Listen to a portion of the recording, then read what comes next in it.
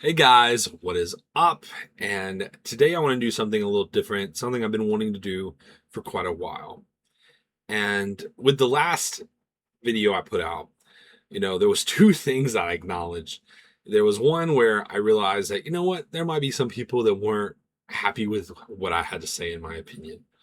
Um, my video was really like, it was spoiler thoughts, but it was really just how I felt in the moment, which was very passionate, right? And then there was the other side that I acknowledged that really just felt the same way that I did, that felt not satisfied with an episode that, by all accounts, had good merits about it, but really felt lacking for some of us. And I felt like it was a perfect opportunity to do a video with a kind of like an idea I've had for a while, which is doing a little bit of kind of like what I call a workshop, which is kind of like practicing in a way being an editor. I've never had that privilege to be an editor before.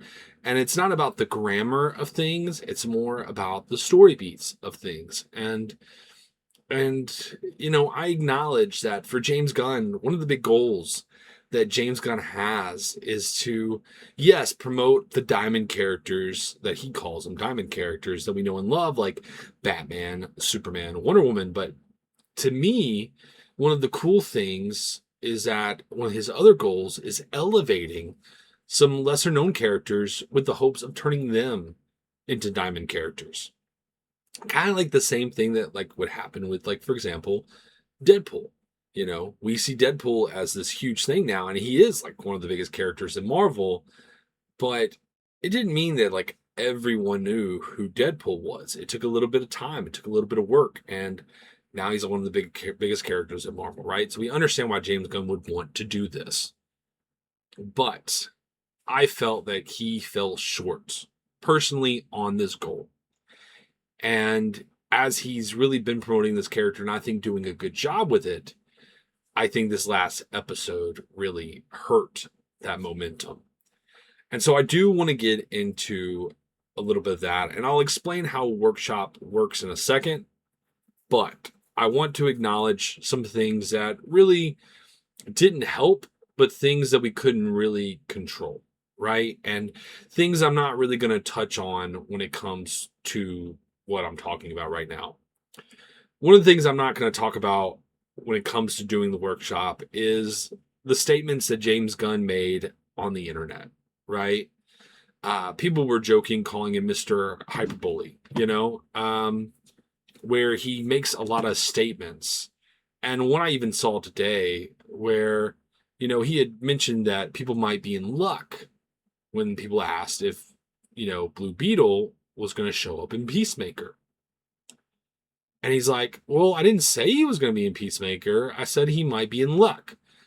We understand that you don't understand what you're saying, that you feel like you're not making a promise, but you're wanting the people to come. But we all know that when you say these things, you are putting thoughts in people's heads that something cool really might happen and I need to stay and check it out. Especially when we see season one of Peacemaker, that they did something very similar. Characters did show up. And so it makes you wonder, right? It does make you think that. And so a lot of that comes down on him. People's disappointment comes down on him because he made that a part of the social contract that we'll get into in a little bit later. The next thing I want to cover real quick before we get into the rules of workshop is that I'm not going to acknowledge the things that I can't control, right? And I'm not going to put blame on James Gunn for the things that he can't control, right? A lot of people put blame on him, for example, with producing three shows or three different content as the first things we see within the DCU, all being things that James Gunn did and created. But how much of that was really in his control? He had gotten sent a a thing to commit to, a thing to accomplish, right? He had a goal with mandates, right? And James Gunn had to follow through on those mandates. And so, the same way as we can't really put blame on him for having to have content that probably he was already working on before getting this role as CEO. The same way I'm not going to put blame on him for like maybe not having a big enough budget to do the things that I'm requesting to do. But the things that I'm going to request that is a part of this workshop is things I think would have made the experience better for the audience. So it's not going to acknowledge the budget, but it's also not going to be this crazy thought either. I think this is something that they genuinely could have accomplished. Okay. I'm being very realistic when we get into it. And real quick, we'll dive deeper into this too, but it's just the acknowledgement of how much time was in the show, because there was a few episodes when you're watching it and you're like, that was it? That's all the time we had? This is HBO. This is HBO Max.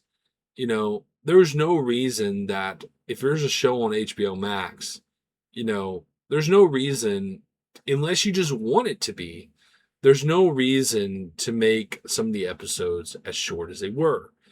And so just to acknowledge, and it's not that much different from last season. It's about 10 minutes or so shorter than last season, but it's about 335 minutes, which equals about 5.5 hours.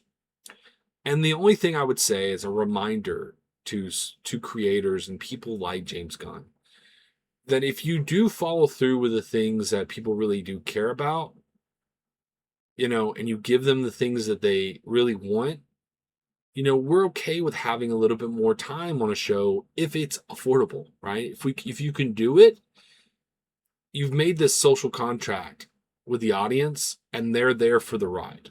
So just something to keep in mind, because, the purpose of this video is not to take away from your vision, but it's my attempt to make it a better journey. And that's what it's about. We're there for the journey of it, right? But it's your job to fulfill on some of those things. And some of those things could be simply just allowing us to have more time. But so what's the goal with Workshop? All the major plot points must stay. Okay. So those things that are really, really, really important, I can't be changing those things. Okay. I got to leave those alone. So I can add, but I got to really be careful about taking away. Okay. I'm going to be really careful about taking away. I personally had one nitpick and I had a couple of grievances, specifically with episode 7. Okay. That he chose to do. That I wasn't a fan of. I think it wasn't helpful for cultivating an audience and a couple other things, but that's not what this is about. I think he could have been careful on those things, but it's not what this is about. So, I wish he would have changed some wording is really what it comes down to. I wish he would have changed some wording, and, I wish that he would have, maybe not shown as much nudity as he did, because I think it was like a mutual agreement for most people. No one wanted to see that. Like, nobody wanted to see it the way that it was shot. And I think there was ways you could have done those two things differently. And, one comes down to how he personally probably feels about certain things. So that'd be another video for another time, maybe. So here's the thing. So I put out, we're not going to change any major plot points. Those things got to stay. But the other thing is, to me, there's 3 things that fans need to be satisfied within a contract you made with the fans, right? So within the parasocial contract that you've made unknowingly, maybe, with the fans is 3 things: action, world building, payoff, right? Like, if you tease something, pay it off, build the world, and give us a little bit of action, right? This is a superhero show. Give us the things that we want to see. And like I'd mentioned, I had some grievances and stuff, and this would lead into something that I would say is your don'ts when you have this social contract. But that would get into maybe personal choices that he as a creator made. And, I feel like the internet has responded enough to that, you know, I don't really feel like that's something that's really needed for this. Um, you know, maybe we could, drop up a meme video real quick, maybe to illustrate that point. But the first thing I want to hit on when it comes to this, now that we know the rules, is time. Right? I mentioned earlier the time of the show, altogether, how much time was that? Could we have given more time somewhere? And could we have combined something? And I think the answer to both is yes. I think we could have given more time to flesh things out, but I think we could have combined, at least 2 episodes together. And like I said, fans are okay with more time on a show. Stranger Things is coming out. I have canceled Netflix right now, so I don't know when or if I'll get to watch it. Even though I love the show, you know, fans are okay with more time. That show is going to have the first episode is going to be like an hour and a half long. I acknowledge that maybe Peacemaker doesn't have the budget to do that, but if you're going to reward us and you can, then we'll happily take that, right? Because here's the thing: these shows, these DC shows, should be events. They should be just like the movies. They should be events, and they should be something. They should be rewards. For us, the audience, for sticking through it, right? To watching everything culminate, to hear your thoughts and hear your opinions, to hear what you as a writer had to say. There's that other side where you need to reward the audience for that time. Otherwise they may not want to come back, right? And so, I say on both of those, yes. And as far as combining something, let's hit on that first. I would actually say to combine episode 6 and 7. Both of those episodes were extremely short. They were like 30 something minutes long, on the lower end though. And a lot of the first episodes, which was really great because this leads into world building, a lot of the first episodes was giving you reveals before the music started. And so it gave you a little bit more context to the world, which I thought was great. I felt like episode 7, though, after the reveal in episode 6, that, let's face it, I don't know about the normal audience, but the rest of us really knew that was coming. Like, we all were joking and talking about how that was coming. I think when you watch episode 7, there's no, like, flashback. There's no big reveal. They could have done maybe something like, they could have found a fun way to explain how Earth X became Earth X, and then did the music montage and then started the episode where it starts in episode 7. But they didn't do that. And instead, they just started really where the last episode ended. And to me, it's like, why make those 2 different episodes? And I could see how if, episode 6, filming that scene between Chris and Harcourt was really important to James Gunn to do. You could tell that that's really why he wanted to do that episode. I get that. But, if you chose to separate it because you knew you only had time to do that and you didn't have time to do both episodes, I mean, I don't know what the right answer is there, but I just personally don't see why you couldn't have combined those 2 episodes and just made that episode 6. And I think that would have been fine, and I think the audience would have been okay with that. What would I have done for episode 7? I would have, the name of episode 8, I would have went full Nelson. Okay, I would have went full Nelson. Now we had the band Full Nelson, but what does that mean? What does the term Full Nelson mean? And I pulled it up on the internet because I was like, does it have a deeper meaning than just the band? Because I didn't know. I didn't know. And it turns out it really has two meanings, and I'm going to read this off and before we get into it. The term full Nelson refers to a wrestling hold where both arms are thrust under the opponent's arms from behind, and the hands are placed on the back of the opponent's neck.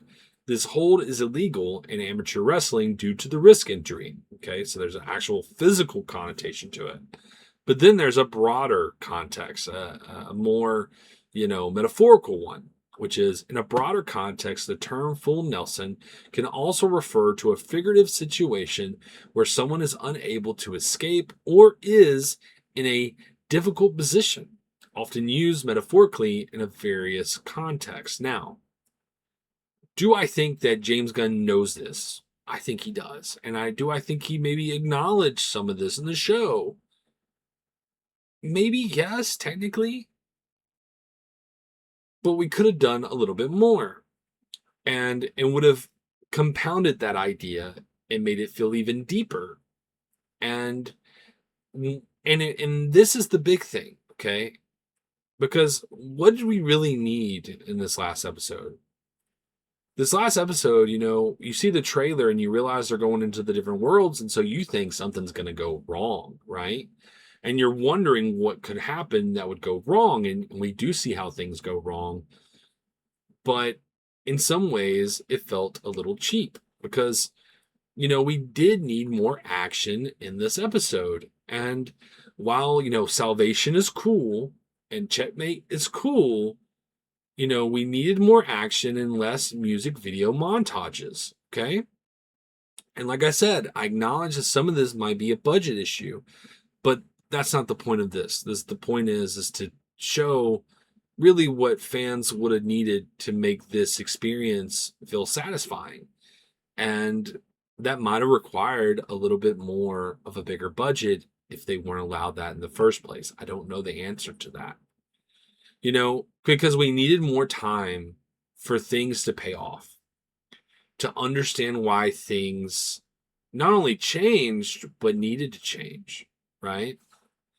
Because, though the elements for the fans on world building, it's something I actually feel like James Gunn does well. Everything he did for this last episode brought the world closer together, which, can be rewarding, but, even with the different dimensions, all of a sudden, the world, if you don't also try to make the world bigger and you just try to make things closer, sometimes you can make the mistake of making things feel small. And you got to remind the audience that, yes, things are closer together than you realize. Things are more connected than you even realize. But the world also is really big. And don't forget it, right? Don't forget it. So he did a great job about making the world feel closer together. But you sometimes almost have to contradict that and remind people that it's bigger, right? So how could you have done that? And that's the thing. It felt really small. That last episode just felt really small. And, to me, you needed more time to establish that Rick Flag heel turn, right? We were seeing him do the heel turn. We understood that he had grievances, for Peacemaker. But, he was acting kind of uncaring about the people around him who were suffering. And I think that needed a little bit more time to be fleshed out and expressed and dealt with. It kind of reminded me of Game of Thrones. The last season of Game of Thrones, people were not happy with Daenerys Targaryen's heel turn, right? And though, to fix that, you would need multiple episodes, right? I don't think you needed multiple episodes with this, but I do think you needed more time. And so I would solve this with one question. Like I said, I can't take away from the main plot points. Maybe I can add something, but I can't take away. So, how would I solve this? I would do it with one question. How did they figure out how to move the door? Because when they're talking and, they're in the Pentagon, I believe, and they're having that conversation, they say they've learned how to contract the journey. That's a quote. They learned to contract the journey to basically allow them not to get into the quantum unfolding chamber, the QUC. So how did they figure out how to do that? Could have something gone wrong when they tried to do that? I think that would have been really interesting. And it made me think of something. And it's connected to someone that James Gunn is actually really good friends with, which I don't know if you've ever seen this movie. Have you ever seen the movie The Cabin in the Woods? If you don't know what the movie's about, and I'm going to spoil The Cabin in the Woods, okay? It's important that I spoil The Cabin in the Woods. But The Cabin in the Woods, so if you haven't seen it, like I said, spoilers ahead, but The Cabin in the Woods is about these group of adults who go to a cabin to, I guess, escape reality, right? Go and have fun with each other, hang out, do all the things that, older, I guess, adults do. And what they unknowingly know is that, this place isn't haunted like in the normal way you would see in a normal horror movie, but it's actually manufactured that way to basically make them sacrifices to, I think it was like Greek gods, the Titans, the Greek Titans. And, there was this whole background of people that were, orchestrating this to happen and were making bets on how people would get killed and were really mocking the deaths of these people. Well, they're able to escape the cabin and go into the facility where they're holding all the monsters. And what becomes the big payoff of the movie? The big payoff of the movie is that all the doors holding the monsters open and the monsters start going out and killing all the different workers who had been giving these characters, hell for, the whole movie. And that's kind of like the big payoff of the movie. And it made me think, you had this whole segment of, I quoted it in my notes, but I'm not going to say it. I like the idea that people can watch this in front of their kids and not, feel like they have to censor something, but you had that song that's playing as the characters are going through all these doors, right? And it gives a feeling that these characters are just going through the worst situation. And that the people that are asking them and putting them through this worst situation seem not to care that they're going through it, that they're losing friends and all these other things. And what better way to bring that full circle than, because they were trying to figure out how to control the door to where it could just pop up when needed and they could, they don't need to go to the quantum unfolding chamber. What if all the doors that weren't locked all of a sudden opened? And all the creatures and all the monsters and everything that was in those different worlds had the ability to come in before they could figure out how to close it. And then all of a sudden, Argus, or the facility they were in, had to be under lockdown, had to shut down and lock down where everyone was stuck inside with all these different monsters, all these different creatures. And a lot of them, you have some issues with budget when you have like the little CGI imps, right? But you have characters that are like zombies, that's probably a little bit more affordable, right? To do. And that would have provided a really great action scene, right? Because how more full Nelson could you get than all the doors that weren't locked all of a sudden open all at once, and you're stuck with them and you can't get out, right? Because he doesn't want the world to know what's going on, right? We can't have this incident getting out because, again, that would change the plot, right? That would change a big major plot point in the show. We can't call metahumans. It actually makes sense that someone like Blue Beetle didn't show up because, you know, it would change the whole plot of the show, right? Because this is supposed to be a secret to someone like metahumans. At least, the main group of metahumans. And so when you're all surrounded and you need help and you don't want the help of metas, who do you call? Who do you call? You call Peacemaker. You call Peacemaker, giving us action, giving us payoff, and giving us world building, right? We need action. We need to see Peacemaker be Peacemaker. I know the very last episode was about Chris being Chris, but we needed Peacemaker for at least a little while. And when you watch the trailer for that last episode and you see those people going out into these different worlds, you're telling the audience unknowingly, you're telling the audience that something's going to happen that's going to require all of our characters to get involved and do something to stop it. And then you didn't give us that opportunity.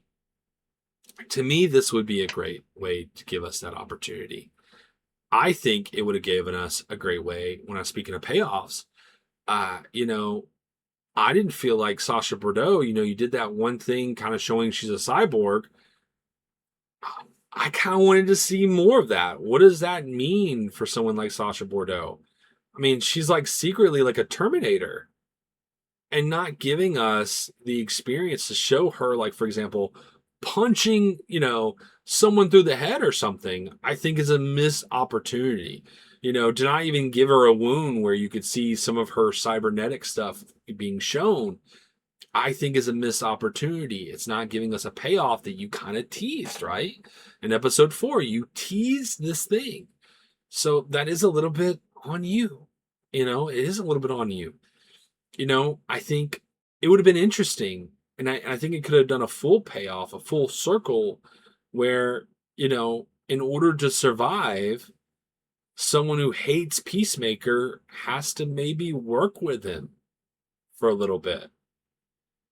Which when he does what he does at the end of the show that we saw, where he throws him into, the salvation, I think it would have made it even feel more impactful. Where maybe you could even, like, in a fun way, in a good way, trick the audience into thinking, you know what, maybe forgiveness can happen. And then when you show the thing at the end, it's like, actually, no, he's still begrudging. He still has his issues with Peacemaker, and this is his way of getting revenge. It would have felt, to me, even more impactful, right? And it would have gave time for him to have the things he needed to have for us to feel satisfied with his complete heel turn, for me personally. I think it would have given more weight as well to understanding and having the feeling of frustration that the characters had, for going through what they went through, which would also establish why someone like, Flurry and, Judo Master would feel the same way that Harcourt and Sasha Bordeaux feel about, you know what, I don't really want to be a part of this anymore. I think that would have been a good idea. Also, when it comes to giving us world building, you don't have to answer all these questions, but does any of the M's get out? Does anything else possibly get out? It makes you wonder, could we have seen something that maybe James Gunn chose not to do? Because I know that James Gunn, he tries to be careful with cameos. But what I would say is sometimes, and our shows shouldn't just all be about cameos. And so I do agree with that to a huge extent. But what I would say is that cameos aren't promises. Easter eggs are. And I'll get into that in a minute, but to me, cameos aren't necessarily promises. I remember Guardians, was it 2? Yeah, it was Guardians 2. You had Stan Lee, talking to the Watchers. You know, did I want that to be fulfilled again in a big way? Definitely. I wanted them to make Stan Lee a Watcher. I wanted Stan Lee to be walking at the end of Endgame and turn into a Watcher. That's what I wanted. But, you know, cameos aren't promises, right? They're not promises, but it makes the world feel bigger. It makes the world feel bigger. And so I think if there was another dimension like Amethyst, maybe, Princess Amethyst, where you could have opened up and seen the kingdom of Amethyst, world, which I guess it's too similar to the human world. So maybe that would go against things. But I don't know. I think, like I said, cameos aren't promises. And I think you could have done something cool with that. But also, like I just said, like, you're killing all these zombies, you're killing all these imps. Are you sure that none of them got out? And you don't have to answer it. It just makes people have that conversation. It makes people make things feel bigger. So I think that that was a missed opportunity. I think that would have been something, that they probably should have done. I think that's something they probably should have done. Um, so getting into episode 8, right? I acknowledge that there's things they have to do. And how do you separate certain things? What scenes are where? You have the scenes where they're talking to Chris, where he's been out of prison and he's at the hotel and all those things. Do you allow him to stay in prison? Is that a plot point, big plot point, where you have to change, where they paid for his bail and then all of a sudden the situation happens? I think maybe either after the scene with Sasha Bordeaux and them, you know, where they're in the Pentagon and they have that conversation, or before that scene, that's where I would add this plot change.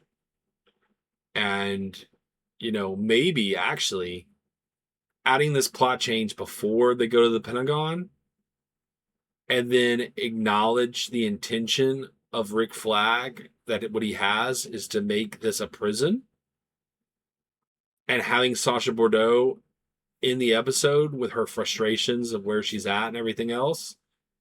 Actually, the more I think about that, I think that would have been a perfect idea. I think that would have been a perfect idea of something that I, yeah, that would have been great. That would have been the best place to end it. That would have been the best way to end it, with that scene at the Pentagon and them separating. And then the next episode could have just been about what really James Gunn really wanted it to be about. And would have given us time to flesh that out. You would satisfy the need for action. You would satisfy the need for payoffs. You would satisfy all those feelings that people really felt was lacking with doing the full Nelson episode just a little bit differently. And with episode 8 being the finale, what I would call it, and it was a point that I saw that James Gunn was making, but I felt like really wasn't illustrated in a big way. And if this is the last episode, right? Because you got to think about this. This may be the last time that we ever watch a Peacemaker episode. Not saying that we won't see Peacemaker again, but it may be the last time that you see this show again. And so, to me, what I would call episode 8 is Chris the Peacemaker, in quotations, the Peacemaker. And to me, the best trait that I'm seeing in Chris is he's becoming an actual peacemaker. That when he is Chris and he chooses to be Chris, which was the whole thing that Adebayo was conveying to him and sharing with him, is that, when he is who he is as a person, good things happen from that. And you're seeing him do that, For example, with Harcourt, Harcourt was ready to fight that guy, and he quells the tensions. He calms things down. When Harcourt was screaming at him in episode 6 about who she is, he was calm with her. He was peaceful. He was seeking peace, right? You're learning a little bit about him in a different way where, you know, he thought that bringing peace was by murdering and fighting and all the actions he does, right? And he acknowledges in episode 7 that that's wrong because he's like, what's wrong with us? Why are we like this, right? Why am I like this? But what we realize is that diplomacy, conversation, being emotionally intelligent, I guess you would say, in a better way than that word's used usually, but being emotionally intelligent in some ways is causing him, developing in that way, is causing him to actually be the thing that he's sought to be, which is a peacemaker. And I think that's really great. And I feel like that point, if you saw it, you got it, right? If you noticed it and paid attention to it, you're seeing that. But I feel like that title, giving it that title, would have not only been a great title, but a nice way to conclude the series and would have given us that acknowledgement that Chris is changing and he's changing for the better, it seems. Which would have given a good little hit also about the comparisons of, the very first episode of, the acknowledgement of his killing and his fighting and all the things he's done, brutally murdering people, and would have brought it full circle to show that, he could be a character that would be a good character to be on something like the Justice Game, for example. And I also think this, and this gets into where we could have had more time. Because less exposition montages, right? You had the songs playing and you had the women talking, right? The women talking and they're having a conversation. And you're like, where is this leading? And it leads to them developing Checkmate, which is the big reveal. Which I had this great idea. I was thinking going back to that Full Nelson episode and my idea for the Full Nelson episode where the doors open that weren't locked, the creatures come out, and they have to fight to try to survive. I thought that whenever the situation got resolved and they were able to close the door, that one of our main characters says, checkmate. Which then could have led to the reveal of checkmate, and it would have been, again, rewarding for the audience. But I would also say that with the epilogue, after you've rewarded us with all the action and everything, you have time to have deeper conversations. So you not only have time to deal with all the things you want to deal with Chris, and those emotional moments you want to deal with Chris, and establishing, Harcourt and his relationship, and all those different things, right? You also could have had more dialogue in those parts that were just these music montages of them coming to the idea of something like a checkmate. Because for me, I would like to hear from them, from the characters, why checkmate was needed in the first place. I can, you showed some things where I can kind of feel like maybe they feel that way, but I want to hear that out. What is their goal? Right? Like, what is their goal for checkmate? Why is the metahuman prison bad? I could come up with reasons, but why do they feel so passionately and so betrayed that this whole thing they were doing was just for a prison, right? Maybe they feel like, if we were finding this another world so people could live there and, whatever, that's great, but you're just making it for a prison? It's kind of, Stargate had better intentions, it seems. SG-1 fans out there. But why did they feel the way they felt? To me, they didn't give enough time to explain that because all we saw was montages of them talking, right? The girls talking. And, let the characters talk so we can hear what they have to say, right? And I think that would have been, again, rewarding to the audience because that would have been character development. That would have been, you know, things that, like I said, would have been rewarding to have things set up the way they did. And then it comes to the ending. And the ending is Salvation, the tease of Salvation Run. And what I would have done with that final scene, now, from my understanding, the context is that, James Gunn had everything planned and he had this other plan. And his co-CEO was like, hey, why don't you just put that in the show? Because I think that'd be a really good idea. And so he did. He put it at the end of the show. And I know that James Gunn is not a fan of Easter eggs in the way that we would view Easter eggs, like for Marvel, for example. Because he understands that, sometimes you don't fulfill on those promises, or it forces you to fulfill on a promise.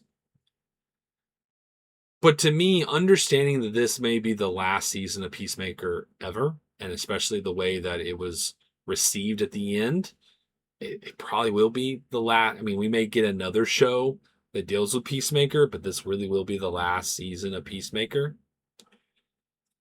To me, let us have that good send-off and still tease this idea with Salvation Run, but make it an Easter egg. You still could have had that other Easter egg where they're making the jokes and the fun things or whatever, but make this an Easter egg. And it would have been really impactful too, because like I said, my view of episode 7, having to have all these characters fight together to survive, and you thinking maybe Rick Flag has come full circle to maybe even forgiving Peacemaker, to then revealing in an Easter egg, oh crap, no he hasn't, and he sent him off somewhere else. I think 2 things would have happened. Again, it would have made it more impactful. You've done everything else to reward the audience, so now we can just speculate, right? Because that's all you really gave. You just gave the speculation at the end, but you didn't do all those other things you needed to do. And at the same time, the idea that, because you make it an Easter egg, it may would have forced people to go back and watch the episode again. Or to go back and at least watch the Easter egg if they had missed it, right? Because then it would have been a water cooler thing. It'd have been like, oh, really, really cool. Instead of, you're going to end it there? You're going to end it there? Like, to us, sometimes we don't feel like those things are that different. But they really are. They really are. And I think that would have been a better way to end possibly this series, and to make it, if it is the last season, that would have been, the way to do it, in my opinion, is letting that walk out, that group walk out where it's like the friends we've made along the way. That's what this show was about, to give us that walkout, ending the episode there, credits roll, and then boom, having the end credit scene be Salvation Run, I think would have made people hyped because you would have done everything else beforehand. And that's my view. That's my little workshop on how we could have made things a little better and kept inching our way towards the idea of Peacemaker being a diamond character. And so, anyway, guys, that's it for me. What is your thoughts? What is your ideas? What do you think could have happened to made the show better? Do you think it should have been just cameo everywhere? Do you think that they should have had just this unrealistic action, budget movie-esque sequences happening? I don't know, but I would love to hear your opinions. Do you think that it was perfect the way it was? No matter what, I want to hear your opinions in the comments down below. Tell me if you like this. Should I do this more? And with something that's as big, of a conversation as the show's been recently, Would this be something interesting, in the future to do for like, doing it live? Is that something you guys would be interested in? I would love to hear your thoughts. But anyway, guys, that's it for me. So whatever you're doing, wherever you're going, I hope you're having a good one. Peace.